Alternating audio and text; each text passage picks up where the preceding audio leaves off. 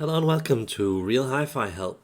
Are we creating systems of opposite sound? So I've experienced this a lot when I was starting in hi-fi. A lot of people had speakers like these. Let me just zoom out a bit. Oh, yeah, speakers like these. Quite horrible speakers, actually. These normal, really old, 20 to 35-year-old B&W speakers, especially the ones in the lower end. But even the mid to higher end versions, it was just sounds in bits and pieces. And I think a lot of people buy these types of speakers because it's just affordable. They can probably get them for like a tenth of the price 20, 30 years later of the original price. But then we also again have more of this stuff. And when you're starting in hi-fi and you're going from the worst gear to this, you actually start hearing a lot of potential in gear like this.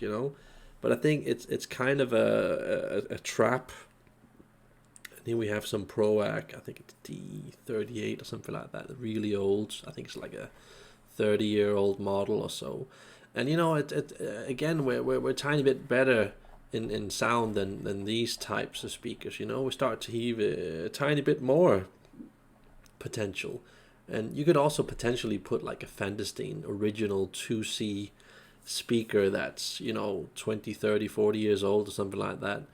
And they also have a lot of potential, a bit like this speaker here. But I feel that what a lot of people are doing is that they're taking a lot of these, slightly potential, perhaps a tiny bit more potential with an even slightly more potential speaker, and then they're pairing it with stuff like this, putting a Macintosh monoblock on it, or a whole set of classic gear, or just some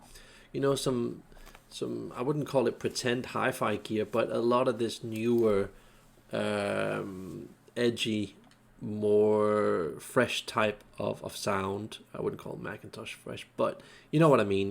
This kind of opposite effect. So you got this dark, muddy speaker thing, and then you kind of carving out the detail with this sort of opposite sound. Where it's just pure detail in a certain direction, certain bias type of thing.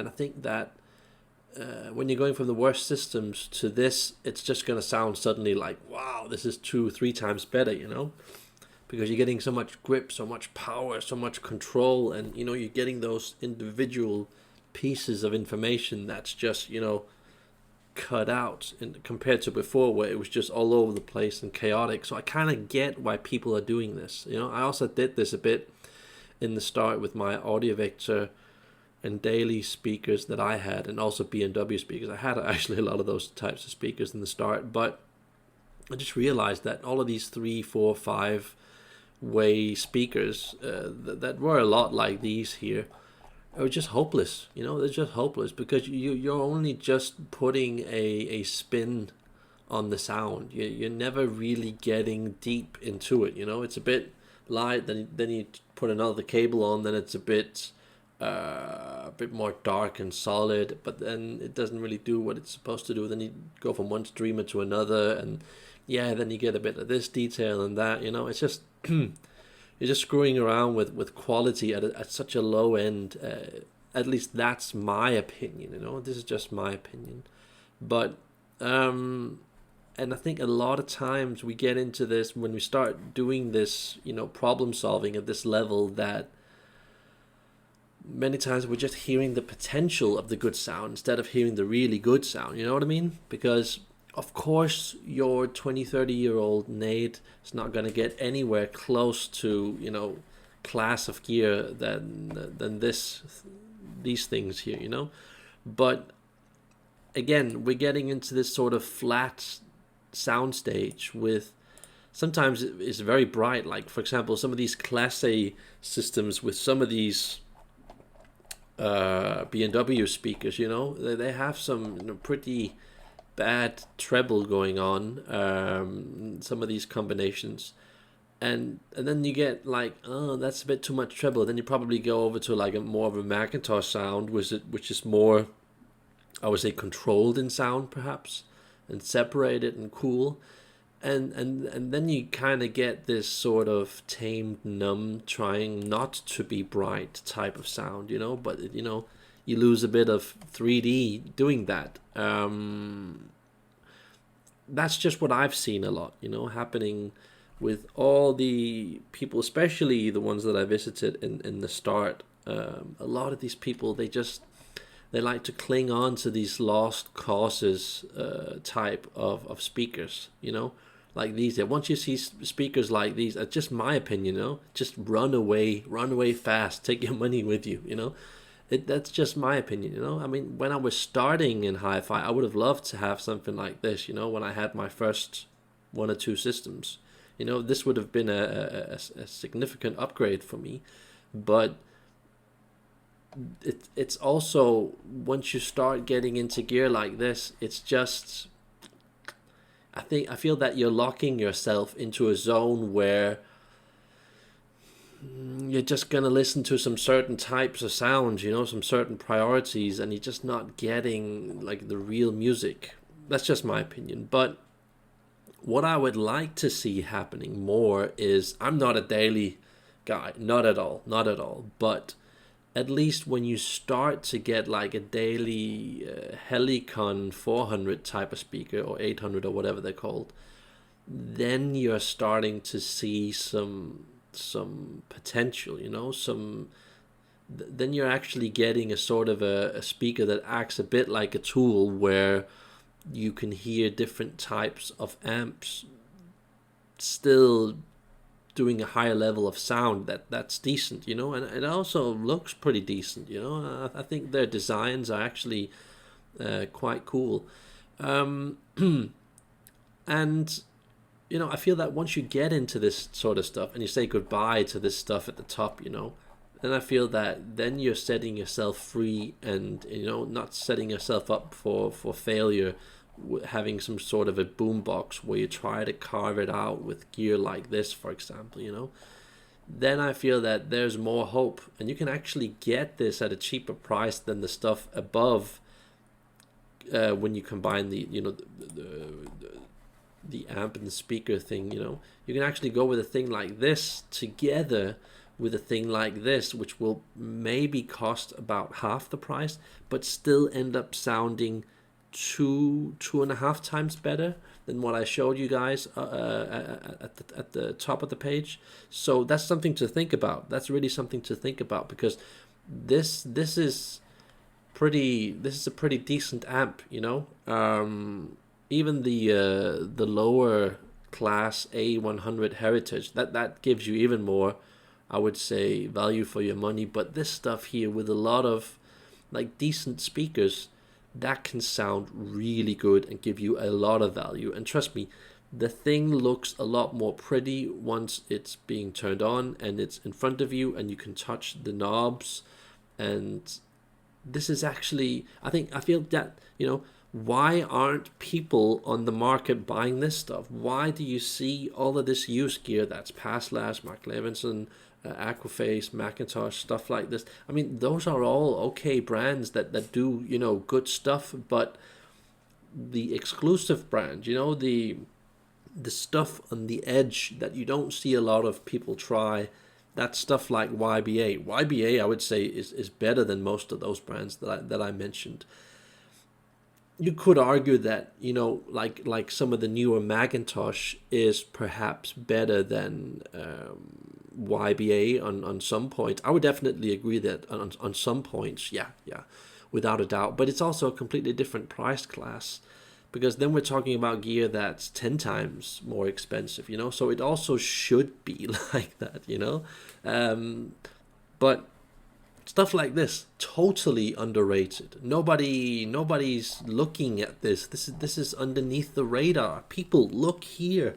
This is almost like getting like a pre-taste of good gear like Negra, Spectral, Kondo, Audio Note.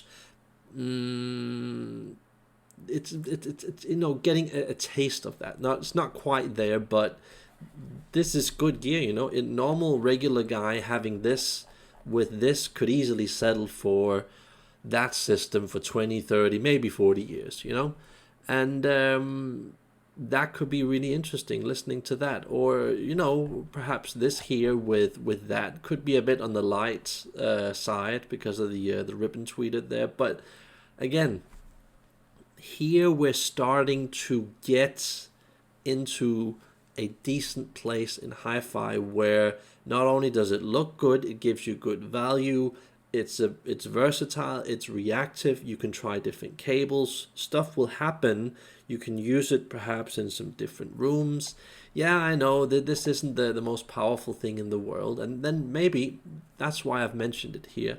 Maybe you want to go for something like this. It's a bit more expensive, I get it, but so underrated. Abyss Sound, they make some really good amps. I only think they make like 1 or 2 preamps and 1 or 2 power amps, but that combination of those two things together give what I feel a lot of people are missing in the hi-fi world, which is power, control, warmth, just a really good organic type of sound. Not the most 3D and structurally evolved type of sound. Yeah, okay, yeah, I get it. You can get like a higher class pass labs that will outperform this in definitely some technical aspects.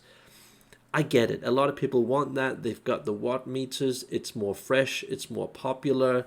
It's more of a skeletal hi-fi type of sound pass labs. That does some impressive stuff. Perhaps gives you a tiny bit more of that hi-fi depth, where this thing is more of a organic type of solid type of depth, I would say. Just so underrated, and also when you look at it, it doesn't really look that spectacular. It looks a lot like an old Nakamichi setup, and I would say that this is very much equivalent of you going back in time to around, I would say, the 1980s, 1990s, and you got like the Nakamichi PA7E or whatever. At that time, that was some of the better amplifiers there. So this would probably be a bit like going back to around the 80s and getting that that this really good competitive sound. Maybe a tiny bit pricey. I get where you're going with this, but I just feel that a lot of people should have this. And the only minus that I can see with this is perhaps not the lowest price, and when you have it on, my God, does it use a lot of power, like an insane amount of power. But if you're only listening to small sessions of sound, I don't think that's a problem. But if you are a person that does not like harsh sounds and you want power, you want control, you want that organic warmness, and you want to feel like you've got the power of Macintosh monoblock or Pass Labs monoblock, or these insanely high-priced monoblock systems that typically cost 2, 3, 4, 5 times more, then try and get something like this. It's totally underrated gear. And then then we have stuff like this speaker here. I think it's an underrated speaker because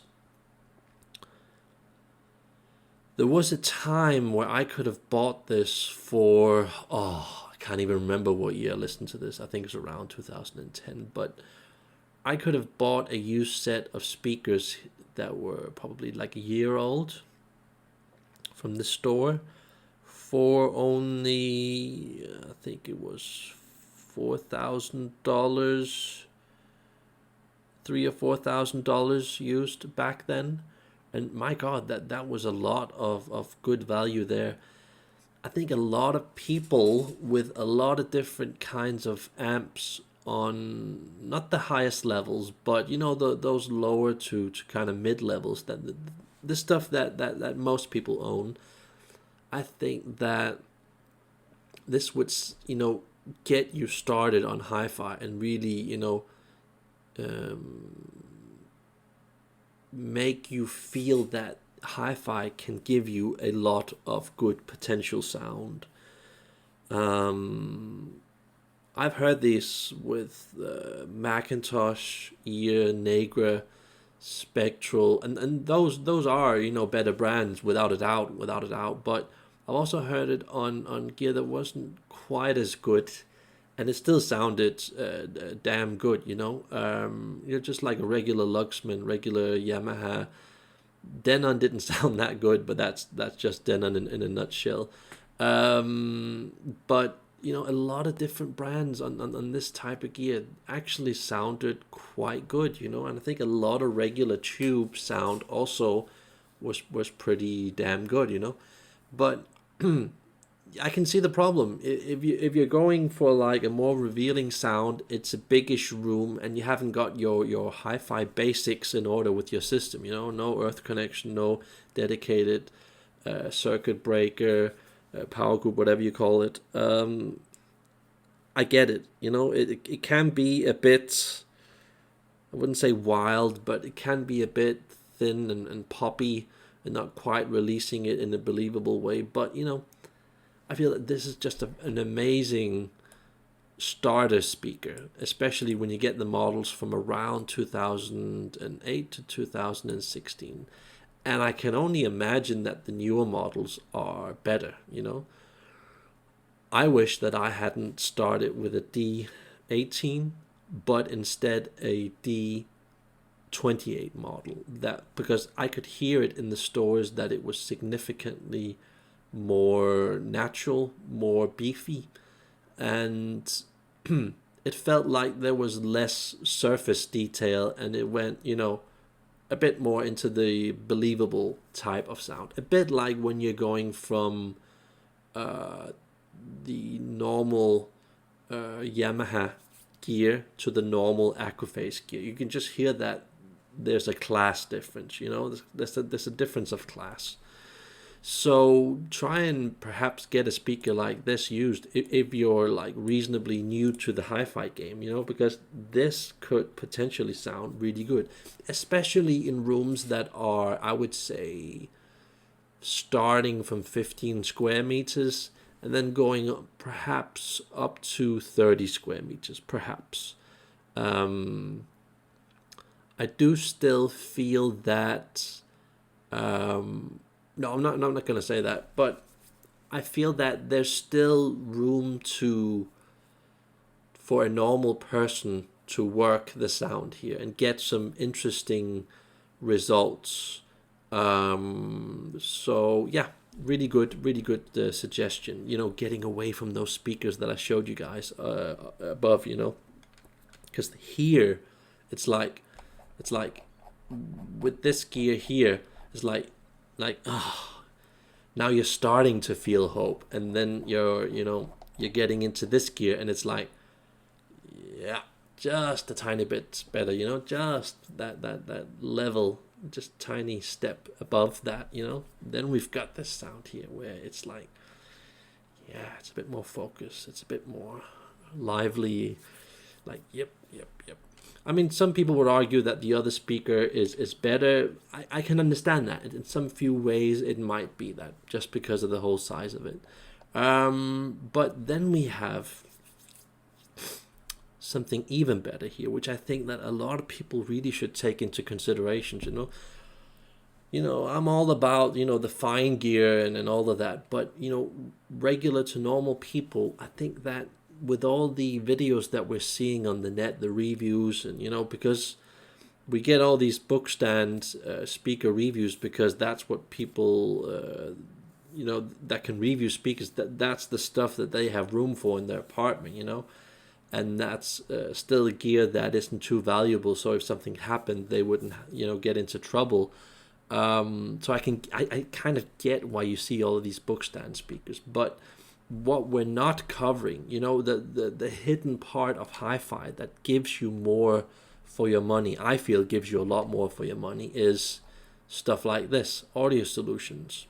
Audio Solutions is a brand that I would say basically gives you a sort of do-it-yourself type of sound at a much higher level than normal to mid to higher do-it-yourself sound, higher class do-it-yourself sound. They also make speakers that look pretty decent, and generally they are pretty easy to drive and wife friendly and all of that. They've got a lot of stuff going on that where I just feel that actually my hi-fi friend told me about this brand, and I just had to listen to this. It took me a while to kind of get a hold of some of these speakers, and I actually went on the used market just trying to hear these speakers, and he was right. He has a knack for spotting things that are just really good that other people just don't see, and I totally get it. This is a very underrated brand, which I feel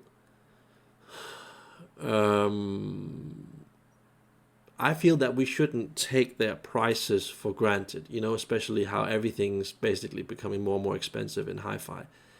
This brand here, Audio Solutions, they make some pretty damn good speakers for the price. I would say it's one of the most compatible price speakers on the market as a whole. If I didn't have the speaker that I had now and I had to buy a new speaker at normal prices, I might even go in this direction and look at this brand here. It's that good.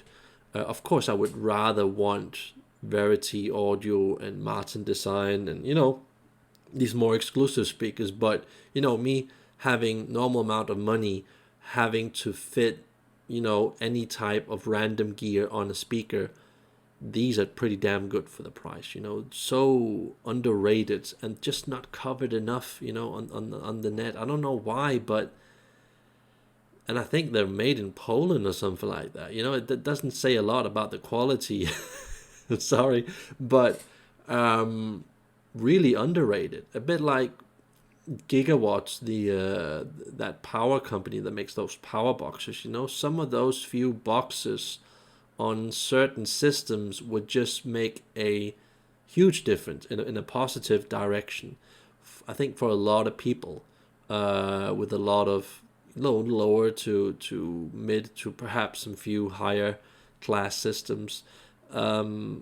This is very underrated, this brand here, and especially the Figaro XXL top model that they make. I don't know how much that costs, perhaps $10,000, I don't know, but man, is that just good. And they're actually pretty efficient, most of their speakers. I think especially the top one. So don't underestimate that brand. We're constantly looking at JBL, Klipsch, and Purity, Forte, all of these other brands that Buchard speakers. My God, Buchard speakers all over the place. I don't feel a lot about Buchard speakers. I have to be honest with you guys, but this is look here. Try this. This is, I think, temporarily cheap, because I think that once people get to discover this brand, I think it's going to blow up a bit like the Buchard speakers and the ELAC speakers and all of those types of speakers, And then, very interesting, monitor audio. I covered this in a video before, but I cannot say enough how once you master your system, not 100%, but once you get up there and you've developed your skills and you start to get gear like monitor audio and you're getting their mid to high level stuff, mid to high level, what do you call those, floor standing speakers, man, is this really interesting. It can sound, it's just a lot of micro detail, and there's a lot of beauty, and there's a lot of There's a lot of the rare stuff that you don't hear from a lot of speakers. I would not call monitor audio a highest class brand. I would say it's just on the edge of squeezing itself into a high level speaker brand. It's close.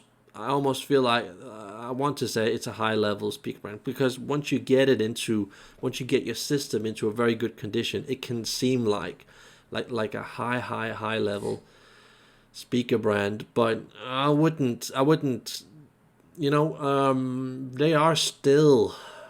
they still have problems. Normal people in normal rooms with normal gear will never get close to hearing the 40, 50, 60% potential that these speakers have. Once you start, like my friend, getting into these systems that are kind of tuned into the speaker, I feel that there's a huge world of detail, beauty, integration, fully understanding what's happening in the music. And you might see a glimpse of that listening to these in the stores, but just know this as a fact. The monitor audio sound that you hear in the stores can easily get 2 or 3 times better, easily. But getting it 5, 10 times better, which I know is possible, that is difficult. That is really difficult.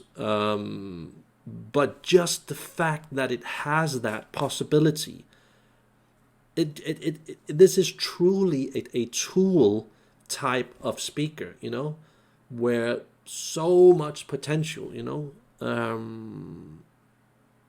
maybe one day I would like to own this, like one of these, what was it called?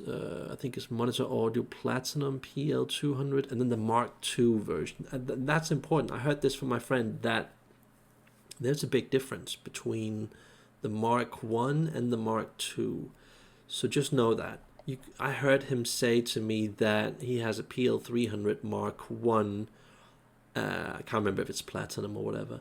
And then he said to me, the newer model PL200 Mark II is actually significantly better than this model, because of all the integration and the micro details and understanding the sound, where this one is a lot more suited for bigger rooms, and it's going to do a detail that's a bit more generalized but still ridiculously good. So these two speakers are like wow. So yeah, really good brand to underestimate. And I think that, is there a like a flaw with the sound? I heard from my friend that if you want the deepest deep bass, these are not gonna deliver it to you unless you're insanely good at tuning the sound, and then even then it won't do it. I think that you just need speakers that are deeper, bigger units, different price type of speaker. So he told me that there was one part of the sound that he was missing, that he heard on Wilson audio speakers. And he said to me, yeah, he doesn't really like Wilson audio speakers generally with most things that go on. But he said the one thing, and I know a lot of audiophiles that listen to a Wilson speaker, they even agree with me that on Wilson speakers do a very good job on isolating the bass and making a certain type of bass sound that goes really deep, like basement deep.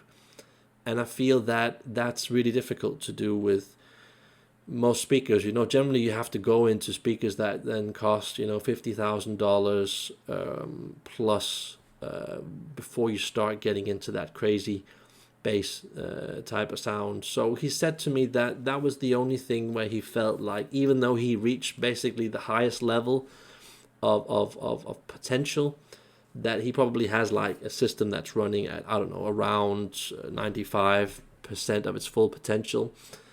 He said still that he would like that, just that tiny bit of extra bass where you could feel the depth in gears going all the way down, you know, like it's almost sucking him down. So I fully get that. I think that's a thing that you just, you know, generally with price, you have to pay a lot to get that last bit of bass. But yeah, a lot of potential, just difficult to control this type of speaker. But man, is there a lot that's waiting for you on the other side if you're able to tune into that world. But then, yeah, I would say not quite as good. A bit more of a eating small details kind of speaker. A bit more on the nice correct side, but just still a lot of potential with Canton speakers, the higher level of levels of speakers. Also on the older models, you know, I think the ones that they made 10, 15 years ago, the higher models that they had there, they did certain parts really, really good, but still ate a lot of that, you know, reaction and detail and full clarity. And I feel that with the newer models here, yeah, just, you know, a lot of potential, a lot of good happening there. I see a lot of people being able to use this type of sound, and I feel that, you know, a bit underrated, not getting enough attention. But I still feel that, you know, going from the lower models to the higher models, there's just no competition. You know, I think that with Canton, you have to go with the higher models for it to really feel like the good sound that I'm talking about. You know, I haven't heard a lot of the stuff at the bottom, but yeah. Then very underrated speaker, Martin Design Django XXL. I think this is the one good value sniff at the top sound that Martin has to offer type of sound. Of course, the treble could be a bit better. I don't like these types of trebles, but a lot of potential. Very underrated. I feel that more people should own this speaker. Fun, lively, organic, just interesting. Very interesting. A lot like the other speakers where, you know, a lot of potential, and you can get this at a good price. I think this only cost like 13,000 dollars, and that's new. You know, that's new. You can probably get this for like 7,000 used if you're lucky. Good speaker, but you know, I keep raving about this Martin Design original Bird 1 speaker. I mean, that's just, even though that's basically just one model on paper, above this, there's a giant difference in sound. The Bird 1 is just like one of the most valuable top-end sounding speakers in the world, period. And it's almost impossible to get a hold of. So, yeah. And again, if you have the Bird 1, you'll need crazy gear, or, you know, gear that's pretty up there. Not necessarily the best, but, you know, it's just an insanely revealing speaker. But I just feel that, you know, Martin Design Bird 1, I mean, you can get that for like 8,000 used. Okay, it might be like 12 years old or whatever, but that is one of the best speakers I've ever heard on this planet. But yeah, those are my considerations, and I'm just trying to say with this video that I would like people to more go for this type of, you know, starting good sound with this potentially good sound, or like this here, perhaps on the ProAC, I mean, that's overkill for the Pro Hack, but you know what I mean. I would like to see people making these choices instead of the usual choices that we see online. These are good value speakers. Good value speakers. These value, I'm not really sure. I think a lot of people that own this model, try to,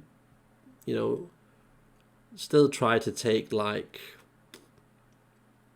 $4,000 plus for a set of these, and I just don't think that's kind of worth it. Some are even taking like $8,000 for a set like these used, which is just for me ridiculous. But I feel that if a thing like this drops down to $3,000, that's still a quite a decent amount of money, bit on the pricey side. But then we're starting to get into an interesting type of sound where you can move it a bit here and there. And yeah, those are my thoughts on opposite sound. So do I recommend opposite sound? No. I think that sometimes you just have to do what you have to do because you're lacking money. And then of course I get it why you're getting this as one of your first speakers, and you want to use perhaps gear like this or perhaps even a lot cheaper than that to carve out that sound, and fully control it. And I think that to some degree it's a lot of fun to start with, but I just feel that if you want to go deeper into the game, get more of that exciting sound that's more of a developed warm sound instead of this like and then you just carve it out with whatever high-tech gear that's out there. I feel that that's a better solution, and I feel that I've also given you guys some good options that you just don't see online, that you just don't hear about. You're constantly hearing about this and that, book stand speaker, $500 here, $1,000, $2,000, $3,000 here, I think a lot of those speakers are pretty bad, and just made for people that want to listen to certain types of sound in a very limited form, and then they want to sell it again after a year or two. When we're talking about these types of speakers, I feel that we're into speakers that last for several years, perhaps 10 or 20 years. Those types of speakers, much better. So yeah, that's me logging off. Like and subscribe if you can. Bye.